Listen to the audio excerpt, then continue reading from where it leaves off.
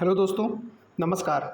आज की इस वीडियो में हम करंट अफेयर का पार्ट 4 आपके साथ लेके आए हैं। पार्ट 3 हमने अपलोड कर दिया है, आज पार्ट 4 शुरू करते हैं। तो आप सभी का स्वागत है प्रयागराज पीसीएस में। आइए करंट शुरू करते हैं।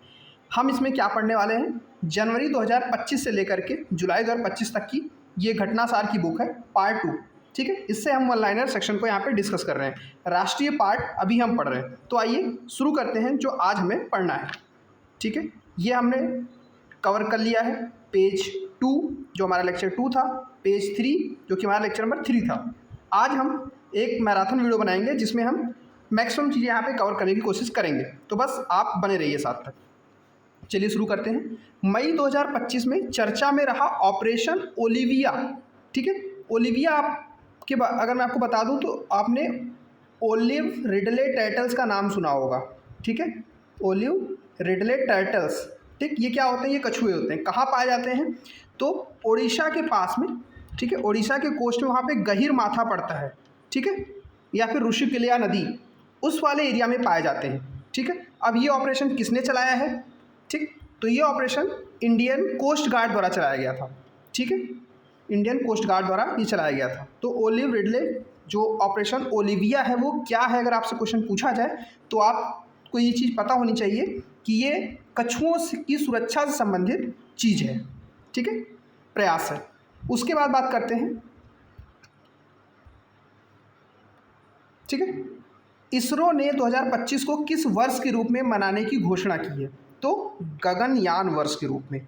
ठीक है, उसके बाद अगला है, जून 2025 में नासा के इंटरनेशनल एयर स्पेस प्रोग्राम को सफलतापूर्वक पूरा करने वाली भारत की पहली महिला कौन बनी है, तो डांगेटी जानवी। ठीक है, इन्होंने क्या किया है, जो हमारा इंटरनेशनल एयर स्पेस प्रोग्राम था उसको कंप्लीट किया है सक्सेसफुली। क्या नाम है, डांगेटी जानवी। उसके बाद जून 2025 में किस आईआईटी ने SC/ST उम्मीदवारों के लिए एक स्पेशल PhD एंट्रेंस शुरू किया है। ठीक है, तो ये हमारा है IIT दिल्ली ने शुरू किया है। SC/ST कैंडिडेट के लिए स्पेशल PhD प्रोग्राम किसने शुरू किया, IIT दिल्ली, मतलब कि हमारे राजधानी वाले एरिया में, NCR। ठीक है, इसको आप याद रख सकते हैं कि हमारी राजधानी ने शुरू किया है, यानी राजधानी के अंदर जो हमारी IIT है उसने शुरू किया। ठीक है, अगला है, 23 मई 2025 को एवरेस्ट की चोटी पर सफल चढ़ाई करने वाली भारत की पहली दृष्टिबाधित महिला पर्वतारोही कौन बनी है, मतलब ये दिव्यांग हैं। इनका नाम है छोजिन आंगमो, जो कि हिमाचल प्रदेश की हैं। ठीक, क्या नाम है, छोजिन आंगमो, हिमाचल प्रदेश की महिला पर्वतारोही हैं जो दृष्टिबाधित हैं और माउंट एवरेस्ट की चोटी को सफलतापूर्वक फतह किया है इन्होंने। फिर उसके बाद बात करें, पूर्वोत्तर के किस राज्य में मई 2025 में एक त्यौहार शुरू किया गया, एक महोत्सव शुरू किया जिसका नाम है सिरुई लिली महोत्सव, तो मणिपुर के अंदर। ठीक है, सिरुई लिली महोत्सव कहाँ पे शुरू किया गया है, तो मणिपुर के अंदर। उसके बाद मई 2025 में भारतीय नौसेना में शामिल किए गए पहले सिले हुए जहाज का नाम क्या है। ठीक है, सिले हुए जहाज, ये चीज़ ध्यान रखिएगा, सिले हुए जहाज, जिसका नाम क्या है, कौंडिन्य। उत्तराखंड का अगला है, उत्तराखंड का वह शहर जहां हाल ही में उत्तराखंड वन विभाग और जापान के अंतर्राष्ट्रीय सहयोग एजेंसी की मदद से पहला साइकैड गार्डन स्थापित किया जा रहा है, तो उत्तराखंड के हल्द्वानी के अंदर। ठीक है, इंडिया का पहला साइकैड गार्डन स्थापित किया जा रहा है, कहाँ पे, उत्तराखंड के हल्द्वानी में। किसके साथ, किसकी हेल्प से है, तो जापान की हेल्प से है। ठीक है, तो आपको याद रखना है हल्द्वानी का साइकैड। अब बात करते हैं IITM पुणे, मतलब कि भारतीय उष्ण कटिबंधीय मौसम विज्ञान संस्थान जो पुणे में स्थित है, उसके द्वारा भारत फोरकास्टिंग सिस्टम, ठीक है, BFS, भारत फोरकास्टिंग सिस्टम शुरुआत किया गया है। उसका क्या नाम है, ठीक है, और किस सुपर कंप्यूटर द्वारा वो संचालित है, तो सुपर कंप्यूटर का नाम है अर्का और सिस्टम का नाम भारत फोरकास्टिंग सिस्टम यानी BFS सिस्टम है। ठीक है, BFS सिस्टम। आई होप आपको समझ में आ गया होगा। आइए आगे चलते हैं। भारत की पहली क्वांटम कंप्यूटिंग वैली को कहाँ पे लॉन्च किया जाएगा 2026 के अंदर। ठीक है, तो ये हो जाएगा अमरावती, आंध्र प्रदेश। ठीक है, आगे चलते हैं। मई 2025 में किस अंतरिक्ष स्टार्टअप द्वारा भारत के पहले इलेक्ट्रिकल मोटर चालित सेमी क्रायोजेनिक इंजन का सफल परीक्षण किया गया है? तो अग्निकुल कॉस्मॉस की। ठीक है, तो ये नाम आप याद रखिएगा, अग्निकुल कॉस्मॉस। फिर अगला है, कर्नाटक गुजरात के बाद भारत का वह तीसरा राज्य जिसने मई 2025 में अंतरिक्ष उद्योग के लिए अपनी एक नीति जारी की है। तो तमिलनाडु का अंतरिक्ष नीति बहुत प्रसिद्ध है जो मई 2025 में लागू किया गया है। तो ये कर्नाटक और गुजरात के बाद तीसरा राज्य बन गया है। ठीक है, तो ऐसे अगर आप इसको मैप से भी याद रख सकते हैं कि जैसे देखिए कर्नाटक ने तो बना ही लिया है अपना, पहले बना लिया था, गुजरात वाले एरिया ने बना ही लिया था, अब किसने बनाया है? तो अब Tamil Nadu is the third state जो ये काम कर रहा है। उसके बाद बात करें 27 मई 2025 को प्रधानमंत्री जी ने कहाँ पर 125 करोड़ रुपए की लागत से बनी वाइल्ड वैली बायोडाइवर्सिटी पार्क का वर्चुअली उद्घाटन किया है? तो सूरत। ठीक है, सूरत गुजरात के अंदर। तो आपको ये चीज़ याद रखनी है कि सूरत गुजरात के अंदर ये इन्होंने किया है। फिर 6 जून 2025 को केंद्रीय मंत्री किरण रिजिजू ने वक्फ कमेटी के प्रबंधन के लिए कौन सा पोर्टल लॉन्च किया? तो पोर्टल का नाम है उम्मीद पोर्टल। ठीक है, ये उम्मीद, जैसे क्वेश्चन ऐसे बन सकता सीधे कि अभी हाल ही में न्यूज़ में रहा उम्मीद क्या है, तो ये आप याद रखिएगा कि जो वक्फ संपत्ति है उसके प्रबंधन में पारदर्शिता एंड ट्रांसपेरेंसी लाने के लिए एक पोर्टल लॉन्च किया गया है। ठीक है, अब किसने लॉन्च किया है? तो यहाँ पे हैं किरण रिजिजू जी जो केंद्रीय मंत्री हैं। ठीक है, आइए अब आगे देखते हैं अगली इंपॉर्टेंट न्यूज़ क्या है।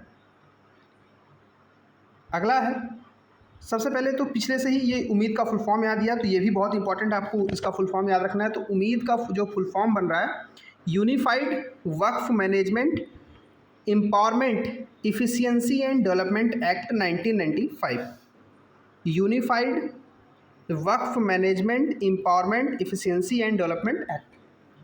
ठीक है, आगे चलते हैं। 23 से 25 मई 2025 तक नई दिल्ली में आयोजित rising north east investor summit 2025 का उद्घाटन करते हुए प्रधानमंत्री मोदी जी ने किसके लिए अष्टलक्ष्मी शब्द का प्रयोग किया था? तो पूर्वोत्तर के जो 8 राज्य हैं उनके लिए मोदी जी ने अष्टलक्ष्मी शब्द का प्रयोग किया है। ठीक है, तो कहाँ पे, पहले तो इसमें क्या क्या क्वेश्चन बन सकते हैं वो देखते हैं। तो इसमें जो क्वेश्चन बनेंगे कि इस बार जो rising north east investor summit 2025 हुई है वो कहाँ पे हुई है? तो नई दिल्ली के अंदर। दूसरा चीज़, किसने वहाँ पे उसको इनॉग्रेट किया, उद्घाटन किसने किया? तो प्रधानमंत्री जी ने किया। और फिर अगला क्वेश्चन जैसे यहाँ पे बनाया कि अष्टलक्ष्मी शब्द किसके लिए प्रयोग किया है? तो नॉर्थ ईस्ट के 8 स्टेट्स के लिए इन्होंने ये शब्द प्रयोग में लाया। ठीक है, आगे बात करते हैं। पूर्वोत्तर का मतलब कि नॉर्थ ईस्ट वाले एरिया का वह चौथी राजधानी शहर कौन बना है जो अभी रिसेंटली रेलवे नेटवर्क से जुड़ा है? तो मिज़ोरम का आइजोल। ठीक है, आपको नॉर्थ ईस्ट के स्टेट्स की लोकेशन पता होगी और वहाँ पे से है ना, ये अरुणाचल प्रदेश, नागालैंड, फिर मणिपुर, मिज़ोरम, उसके बाद फिर त्रिपुरा आता है। तो ये जो मिज़ोरम ना, इसी की राजधानी है आइजोल। यही अभी हाल ही में नॉर्थ ईस्ट का ये चौथा, ठीक है, चौथी राजधानी बनी है जो रेलवे नेटवर्क से जुड़ गई है। इससे पहले 3 थे। ठीक है, अब बात करते हैं अगला, वह भारतीय विश्वविद्यालय जहाँ पे शोधकर्ताओं ने भारतीय कृषि अनुसंधान परिषद, ठीक है, मतलब आईकार के सहयोग से भारत की पहली जीन एडिटेड भेड़ तैयार की है। तो कश्मीर विश्वविद्यालय है। ठीक है, फिर अगला है 25 जून 2025 को आंध्र प्रदेश की सरकार ने शिक्षा के क्षेत्र में एक प्रगतिशील पहल किया है। ठीक है, उसके लिए क्या किया इन्होंने? तो सरकारी स्कूल में जो छात्र धीमी गति से सीखते हैं, ठीक है, उनके सुधार हेतु, मतलब उनकी क्वालिटी एजुकेशन हेतु एक पहल की शुरुआत की है। उस पहल का नाम है विद्या शक्ति। तो आप ध्यान रखिएगा कहाँ की सरकार ने किया है? तो आंध्र प्रदेश की सरकार ने किया है और पहल का क्या नाम है? विद्या शक्ति। तो ऐसे छात्रों के लिए जो पढ़ाई में कमज़ोर हैं उनके लिए ये पहल है। ठीक है, अगला देखते हैं। मई 2025 में किस राज्य के नाग शंकर मंदिर को कछुओं के संरक्षण के लिए एक आदर्श मंदिर नामित किया गया है? तो असम का वो मंदिर है जिसका नाम है, मतलब असम का विश्वनाथ जिला है, वहाँ पे ये मंदिर स्थित है, नाग शंकर मंदिर। ठीक है, मंदिर का नाम क्या है? नाग शंकर मंदिर। किस लिए प्रसिद्ध है ये? तो कछुओं के संरक्षण के लिए इसको आदर्श मंदिर नामित किया गया है। कहाँ पे है? असम के विश्वनाथ जिले में। ठीक है, आगे चलते हैं। मई 2025 में उत्तराखंड के किस जिले के अंदर सामुदायिक रेडियो स्टेशन जिसका नाम है पंचशूल पल्स का उद्घाटन किया गया है? तो पिथौरागढ़। ठीक है, पिथौरागढ़ भी बोलते हैं इसको। तो ये उत्तराखंड में लॉन्च किया गया है सामुदायिक रेडियो स्टेशन जिसका क्या नाम है? पंचशूल पल्स। अगला है, हाल ही में किसके नेतृत्व में भारत की वायु सुरक्षा को मजबूत करने के उद्देश्य से प्रोजेक्ट कुश शुरू किया गया है? तो प्रोजेक्ट कुश को लॉन्च करने में मदद कर रहा है भारत का DRDO। ठीक है, अगला बात करते हैं। 6 मई को आंध्र प्रदेश के मुख्यमंत्री चंद्रबाबू नायडू ने किस नाम से भारत के पहले ट्रांस मीडिया मनोरंजन शहर, ठीक है, ट्रांस मीडिया मनोरंजन शहर का शुभारंभ किया है? तो उसका नाम है क्रिएटर्स लैंड। ठीक, ये बहुत ही इंपॉर्टेंट क्वेश्चन है, 5 स्टार क्वेश्चन कैटेगरी में आएगा, इसको बिल्कुल आप नहीं भूलेंगे। आंध्र प्रदेश के मुख्यमंत्री ने भारत के पहले ट्रांस मीडिया मनोरंजन शहर का शुभारंभ किया है और उसका नाम क्या है? Creators land. ठीक है, इससे पहले राज्य में मतलब आंध्र प्रदेश के अंदर 25,000 नौकरियां उत्पन्न होने और अमरावती को रचनात्मक उद्योगों एवं डिजिटल नवाचार के लिए वैश्विक केंद्र बनाने का प्रयास भी किया गया है। ठीक है, 2 मई 2025 को WHO ने वैश्विक आयु अनुकूल शहर नेटवर्क में भारत के किस शहर को शामिल किया है? फिर से ध्यान से सुनिएगा, WHO का ये पहल है। क्या पहल है? वैश्विक मतलब विश्व के लेवल पे वैश्विक आयु अनुकूल, ठीक है, शहर नेटवर्क, ये वर्ड याद रखिएगा। वैश्विक आयु अनुकूल शहर नेटवर्क में भारत के किस शहर को शामिल किया है WHO ने? तो कोझिकोड, केरला का। उसके बाद अगला है, हाल ही में दक्षिण पूर्व एशिया यानी कि साउथ ईस्ट एशिया में सबसे बड़े पायलट प्रशिक्षण संस्थान का उद्घाटन कहाँ किया गया है? तो महाराष्ट्र के अमरावती में। अब महाराष्ट्र के अमरावती में पायलटों को प्रशिक्षण दिया जाएगा। ये साउथ ईस्ट एशिया का सबसे बड़ा प्रशिक्षण केंद्र है। कहाँ पे खोला गया है? अमरावती, महाराष्ट्र में। ठीक है, हाल ही में लाइसेंस प्राप्त स्टाम्प विक्रेताओं को किसके द्वारा लोक सेवक घोषित कर दिया गया? तो सर्वोच्च न्यायालय, ठीक है, ने इसको रिकॉग्नाइज़ किया है कि अब जो लाइसेंस प्राप्त स्टाम्प बेचने वाले हैं उनको भी लोक सेवक की कैटेगरी में रखा जाएगा। तो इस तरह से हमने इसको कवर किया। आइए आगे देखते हैं। फिर राष्ट्रीय सेक्शन के बाद अगला सेक्शन क्या है? पेज नंबर 7 पे हम लोग आ गए हैं। इस पेज नंबर 7 पे जो न्यूज़ है पहली, मई 2025 को कौन सा उथले पानी का पहला पनडुब्बी रोधी युद्ध जहाज भारतीय नौसेना में शामिल किया गया? उसका नाम है अरनाला।